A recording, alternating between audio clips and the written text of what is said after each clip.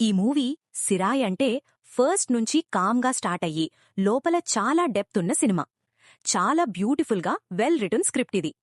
Story ఏంటి అంటే, ఒక పోలీస్ ఆఫీసర్ ఒక ఖైదీని ఎస్కాట్ లాగా కోర్ట్ హియరింగ్ కోసం తీసుకెళ్తాడు. ఎస్కాట్ అంటే సింపుల్ జాబ్ కాదు, చాలా కేర్ఫుల్గా చెయ్యాలి. ఎందుకంటే ఎస్కాట్ టైంలో ఖైదీ మిస్సింగ్ అయినా తప్పించుకున్నా డైరెక్ట్గా ఆ పోలీస్ జైల్కి వెళ్ళాలి. ఆ జర్నీలో ఆ పోలీస్కి ఒక డౌట్ స్టార్ట్ అవుతది, ఈ ఖైదీ నిజంగా ఎందుకు హత్య చేశాడు అని. అప్పుడు ఆ ఖైదీ బ్యాక్ స్టోరీ ఓపెన్ అవుతది. ఒక్కొక్క సీన్లో ట్రూత్ స్లోగా బయటకొస్తది. ఈ పాయింట్లో మూవీ రియల్గా ఎమోషనల్గా మారుతది.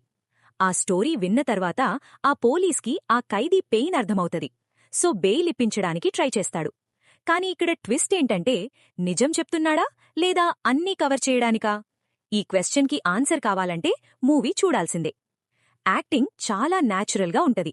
ఓవర్ డ్రామా, అన్నెసెసరీ సీన్స్ లేవు. స్క్రీన్ ప్లే స్మూత్గా ఉంటది, బోర్ కొట్టదు. ఈ మూవీ అందరికీ కాదు, కానీ స్టోరీ, ఎమోషన్స్, రియలిస్టిక్ సినిమా ఇష్టమున్నవాళ్లకి మాత్రం మస్ట్ వాచ్. సిరాయ్ ఇప్పుడు జీ5లో తెలుగులో స్ట్రీమింగ్ అవైలబుల్.